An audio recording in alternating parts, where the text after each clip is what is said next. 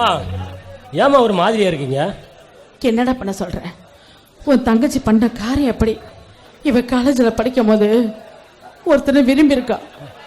அது இங்க சொன்னா. அது மட்டும் இல்லடா, அவ விரும்பும் போதே தப்பும் பண்ணிட்டாடா. வயிற்றுல புள்ளையோட வந்துட்டா. அப்புறமேட்டுக்கு யாரு என்னன்னு விசாரிக்கும் போது தான் தெரியுது அந்த பையன் வேதநாயகத்தோட பையனா. அவங்க அப்பா என்ன பண்றதுன்னு தெரியாம இப்போ அவளுக்காக அவன் வீட்டுக்கு சம்பந்தம் பேச போயிருக்காருடா. என்னமா சொல்றீங்க? அச்சையா முழுவத இருக்கிறாளா? அந்த நாயை வெட்டி புதைக்காம அந்த வேதநாயகன் வீட்டுக்கு சம்மதம் பேச போயிருக்கிறாரா? எங்கம்மாவ? அச்சையா கொஞ்சம் அமைதியாடுறா. இப்பதான் புயல் அடிச்சு ஓஞ்சிருக்கு. மறுபடியும் நீ ஆரம்பிக்காத. டேய், இதுக்கெல்லாம் காரணமே உங்க அப்பா உங்களுக்கெல்லாம் அதிகமா செல்லம் கொடுத்ததாண்டா.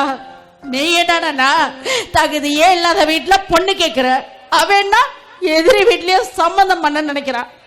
நல்லா இருக்குடா நம்ம குடும்பத்தோட நிலைமை. இந்த மனுஷ போன மனுஷ என்னாச்சோ ஏதாச்சோ தெரியலடா. எனக்கு வந்துட்டீங்களா? இப்பதாங்க எனக்கு உயிரே வந்துச்சு. ஆமா, போன கரை என்னங்காச்சு? எல்லாம் பேசி முடிச்சிட்டேன். வேதநாயகம் கல்யாணத்துக்கு சரின்னு சொல்லிட்டான். அப்படியா? ரொம்ப சந்தோஷங்க. இப்பதான் எனக்கு போன உயிரை திரும்ப வந்த மாதிரி இருக்கு. ஆனா நம்ம சக்திக்கு மீறி 100 பொண்ணுக்கு 100 பவுன் நகை போறதா சொல்லிட்டேன். அது மட்டும் இல்லாம 50 லட்ச ரூபா பணம் தரதாவும் ஒத்துக்கிட்டேன். அப்பா, கல்யாணத்தை வியாபாரமாக்குறான் அந்த வேதநாயகம், அதுக்கேப்பா நீங்க ஒத்துக்கிட்டீங்க? என்னப்பா பண்றது? ஒத்துதானா ஆகணும். ஏன்னா என் மக பண்ண காரியம் எப்படி, அதுக்கு ஒத்துதானப்பா ஆகணும். எப்படி கொடுக்க போறீங்க?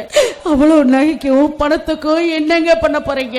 பார்வதி, உனக்கு ஆசையா எடுத்து கொடுத்த 50 பவுன் நகை இருக்குது. மீதி நகைக்கும் மீதி பணத்துக்கும் ஒரு ஐடியா வச்சிருக்கிறேன். நம்ம காட்டுல பாதி வித்தலான்னு இருக்கிறேன். காட்டுல பாதியை வித்துட்டா வருமானம் குறைஞ்சு போயிருமேங்க. அதுக்கப்புறம் இந்த காட்டை நம்பிதானே நாம இருக்கோம். அதுக்கப்புறம் என்னங்க பண்ண போறோம்? பார்வதி, இப்ப நமக்கு தேவை வருமானமா இல்ல பிள்ளையோட வாழ்க்கையா? நீ ஒன்னும் கவலைப்படாத. இந்த சொத்து எல்லாமே அவங்களுக்கு தானே. நாளைக்கு அருண் ஒரு வேலைக்கு போயிட்டான், எல்லாம் சரியா போயிடும். போதுமா? வா காசிமுத்து, வாங்க உட்காருங்க. இருக்கட்டுங்க, பரவாயில்ல. காசிமுத்து, நானே உங்க வீட்டு விளையாடுறேன், அதுக்கு நேரமே கிடைக்கல. நல்ல வேலை நீங்களே வந்துட்டீங்க. அருண் உங்க பொண்ணை பத்தி சொன்னான். ஆமாங்க, அத பத்தி பேசிட்டு போலான்னு தான் வந்தேன். ஐயா, நீங்க இருக்கிற நிலைமை என்ன, நான் இருக்கிற நிலைமை என்ன? தம்பி வேற திடீர்னு ஏதேதே சொல்லுது. என்ன காசிமுத்து நிலைமை? எனக்கு ஓரளவுக்கு வசதி இருக்குது, அது வாங்கிட்ட இல்ல. சொத்து சுகம் இல்லாட்டியும் உன்னை பத்தி எனக்கு நல்லாவே தெரியும். அதனால இனி நம்ம என்ன வேற, இனியும் ஒரு கௌரவமான ஆளுதான். இந்த கல்யாணத்துல எனக்கு முழு சம்மதம். போய் கல்யாணத்துக்கு உண்டான வேலையை பாருங்க. எங்க பொண்ணுக்கும் கல்யாணம் ஏற்பாடு பண்ணிருக்கேன். அதே முகூர்த்தத்துல 2 கல்யாணத்தை ஒன்னா வச்சுக்கலாம். சரிங்க ஐயா, ரொம்ப நன்றி, நான் வர்றேன். சரிங்க, போயிட்டோம். உனக்கு சந்தோஷமாடா? வாங்கப்பா. ஐயா, மேல்காட்டுல அந்த வேப்ப மரத்து வெயில்ல பயிரெல்லாம் பூச்சி விழுந்துருச்சுங்க ஐயா. சீக்கிரம் மருந்தடிச்சாகணும், இல்ல எல்லாமே கெட்டு போயிருங்க ஐயா. அதை விராம நான் தான் அந்த வேலை விற்க போறேன்.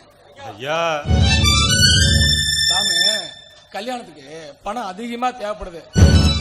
அதனால நம்ம காட்டுல பாதி வித்தலான்னு இருக்கிறேன். வணக்கம் ஐயா. வா கங்காதரா, என்ன திடீர்னு இந்த பக்கம்? நல்ல சிவம், நீங்க வேதநாயகத்துக்கிட்ட பேசும்போது காட்டை ஏதோ அடமானம் வைக்கிறதா சொன்னீங்க. அதுதான் அந்த காட்டு மேல ஏதாவது நான் பணம் கொடுக்கலாமா அப்படின்னு கேட்கறதுக்காக வந்தேங்க. காட்டு அடமானம் கங்காதரா, அதை வித்தலான்னு இருக்கிறேன். அட, ரொம்ப நல்ல விஷயம். காட்டை அடமானம் வச்சு வட்டி கட்டுறதை விட வித்துறது நல்ல காரியம் தானே. அப்படி விற்கிற மாதிரி இருந்தாலும் அதை எனக்கே கொடுத்துருங்க. ஒரு காலத்துல நீங்க திருப்பி கேட்டாலும் நான் திருப்பி தர தயங்க மாட்டேன். நம்ம வவுத்தனூர்ல என்ன ரேட்டு போகுதோ அதை உங்களுக்கு போட்டு கொடுத்துட்றேன். ஆமா ஓய், இவா ரொம்ப நல்லவா. நம்ம வவுத்தனூர்ல இந்த மாதிரி நிறைய பேத்துக்கிட்ட வாங்கியிருக்கா. உடஞ்சாலும் தண்ணி பாத்திக்குள்ளேயே பாயிருங்கிற மாதிரி நம்ம உள்ளூர்காருக்குள்ளே இருந்துரும் இல்லையா? சரி சரி, நாளைக்கு தாரமலம் கரையாசி வந்துருங்க, முடிச்சுக்கலாம். சரிங்க, வந்த காரியம் சுபமா முடிஞ்சது. அப்ப வரட்டுங்களா? சரிங்க, போயிட்டு பாத்தியா பார்வதி, நாம கஷ்டப்படக்கூடாதுன்னு அந்த கடவுளே அவளை அனுப்பிச்சுதான். சரி சரி, எனக்கு பசிக்குது, வந்து சாப்பாடு கொடு. வா. கடவுளே, பிள்ளைங்களுக்காக காலங்காலமா கஞ்சி ஊத்தன காட்டியே விற்கிறாரு. இந்த பிள்ளைங்க நன்றி விசுவாசமா இருப்பாங்களா? கடவுளே, நீதாமா துணை இருக்கணும்.